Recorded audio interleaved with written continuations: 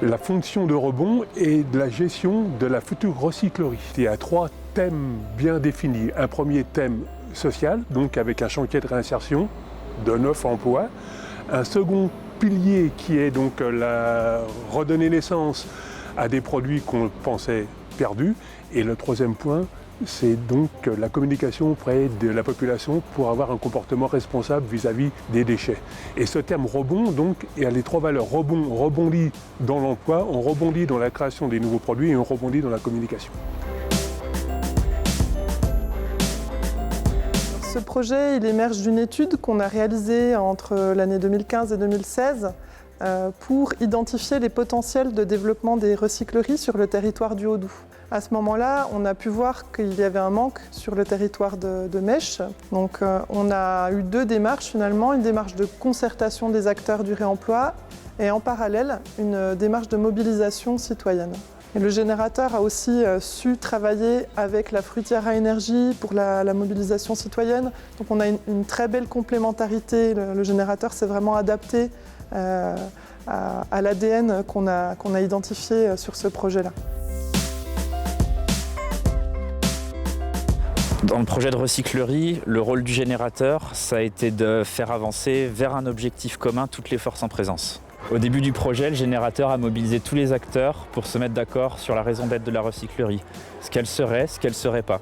Avec ça, on a rédigé les statuts et c'est comme ça qu'est née l'association.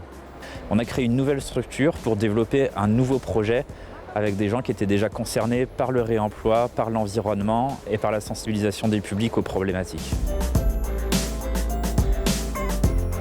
Notre bâtiment est sorti de terre et puis on est en train de mettre en route des partenariats avec Fribouille, avec Envie, avec Emmaüs. On recherche aussi des tas de bénévoles parce qu'il va falloir bien animer ces commissions et trouver du monde pour animer tout ça. Pour le choix d'implantation du bâtiment, on s'est orienté sur une construction neuve. On s'est situé vraiment à proximité de la déchetterie pour faciliter les transferts d'objets. Il y a également une volonté d'ouvrir des pistes en matière d'utilisation d'objets d'occasion pour la construction du bâtiment. Je suis en lien avec pas mal d'ONG ou autres, mais c'est très lointain. Et là, c'était vraiment chez moi. Alors j'ai été suivi déjà par l'organisation des réunions d'information citoyenne. Lors de cette réunion, le projet a été exposé d'une façon simple, précise, avec des objectifs bien définis. C'est ce qui m'a motivé d'y participer. Nous avons souhaité participer pour d'une part transférer nos activités commerciales de la boutique au sein de la recyclerie, mais surtout de partager des projets autour de cette recyclerie en investissant la gouvernance, en partageant la réflexion. Et puis là s'est posée la question de qui porte le salaire de cette personne qui sera recrutée. Donc à l'unanimité, de manière très collective, donc tout le monde a opté à ce que ce soit Fribouille qui porte ce salaire dans le cadre du fonds de confiance. Alors le générateur a été quelque chose d'essentiel parce qu'il avait la connaissance des réseaux, il avait la méthode d'organisation et il avait une certaine impartialité qui nous a permis, on était en confiance. Pour moi, le générateur, c'est plutôt la personne d'Antoine Bonin qui a réussi à fédérer avec toutes ses ressources des organismes, des citoyens. Je dirais que c'est la boîte à idées, c'est l'accompagnement, c'est le conseil.